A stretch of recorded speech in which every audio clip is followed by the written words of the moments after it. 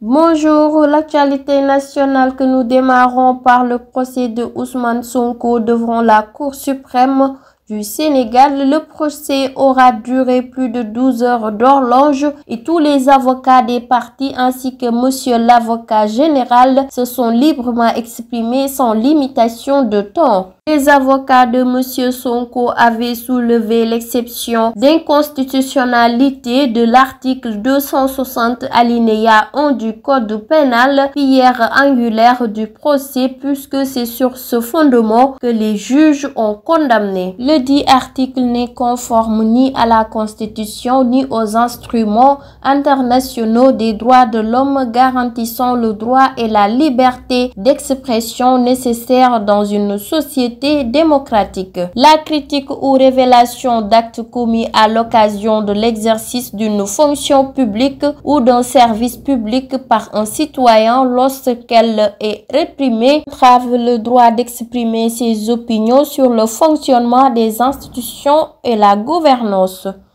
La loi organique sur la Cour suprême impose deux obligations aux juges lorsque la compétence de la Cour et la recevabilité du pourvoi ne constituent pas des obstacles à l'examen du pourvoi en cassation.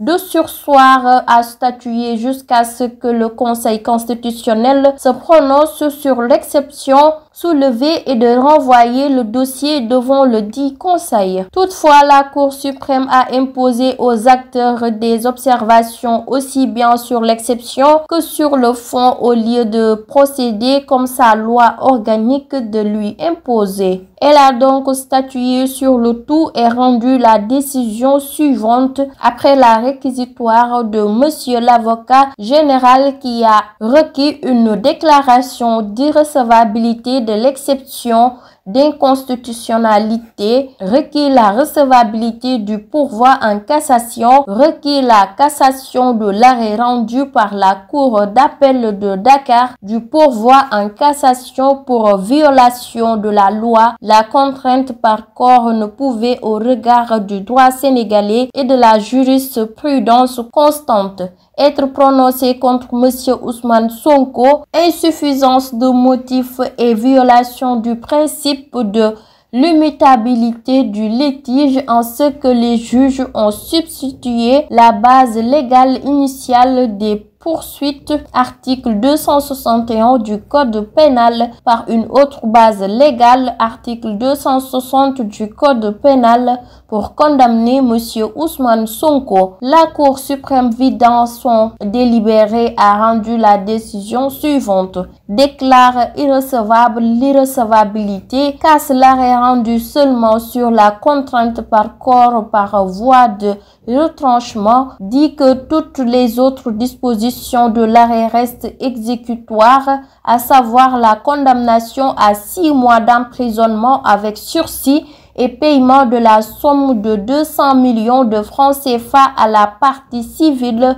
Mambay Kagnan ainsi que les frais de procédure. De ce point de vue, le dossier de candidature de Ousmane Sonko risque d'être mis à l'écart par le Conseil constitutionnel, renseigne Agora TV. Au Conseil constitutionnel, ce jeudi 4 janvier 2024, la commission de contrôle a validé les parrainages de 3 candidats, Khalifa Sall, Anta Babacar Ngom et Amadou Ba, renseigne Presse Afrique. 6 candidats vont devoir passer au second tour: Bassirou Diomaye Faye, Dr Abdourahmane Diouf, Mame Boye Diao, Abdoul Mbaye, Aminata Touré, Amadou Seck. Ndongo Ndiaye a retiré sa candidature. Thierno Cissé a été arrêté avec son mandataire dans les locaux du Conseil constitutionnel pour avoir déposé une liste de faux députés. Les 9 autres ont été recalés. Terminons l'actualité nationale au sujet de la pénurie des bonbons de gaz de 6 kilos.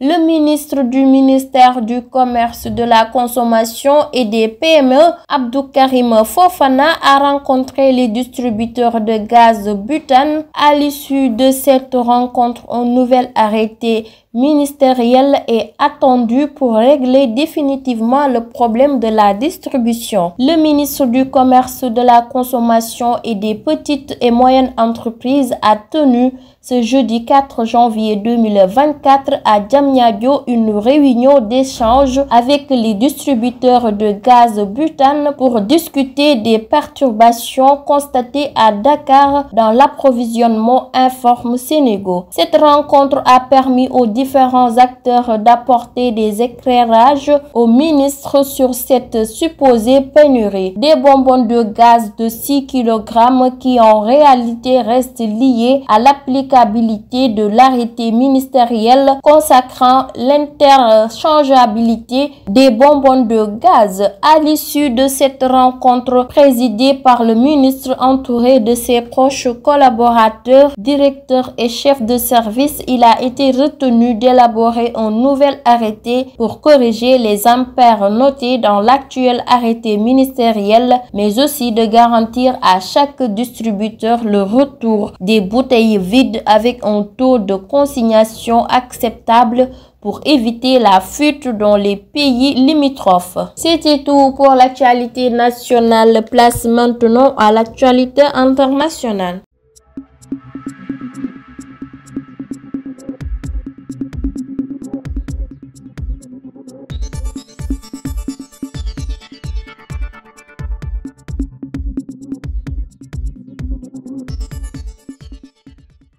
Bonjour, l'actualité internationale que nous démarrons en Guinée. Le porte-parole du gouvernement assure ce 4 janvier 2024 qu'une tentative de coup d'État a bel et bien été tuée dans l'œuf, rapporte RFI. Ousmane Gawal Diallo répond aux accusations concernant la véracité de ce putsch qui aurait avorté il y a déjà plusieurs mois.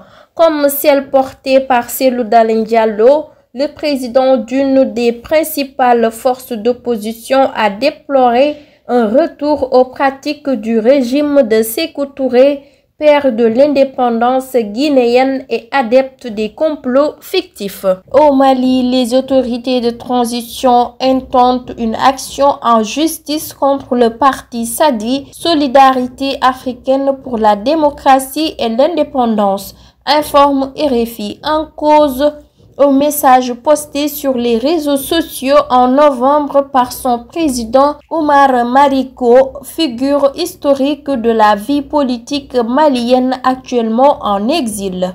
L'actualité internationale que nous terminons par le groupe État islamique qui a revendiqué ce jeudi via la messagerie Telegram l'attentat perpétré lors d'une cérémonie en hommage au général Qassem Soleimani, le chef des gardiens de la révolution, tué dans une frappe américaine en Irak le 3 janvier 2020, renseigne RFI. C'était tout pour l'actualité internationale. Merci de suivre sur Sunugal ca Kanam. Je vous donne rendez-vous demain pour d'autres informations.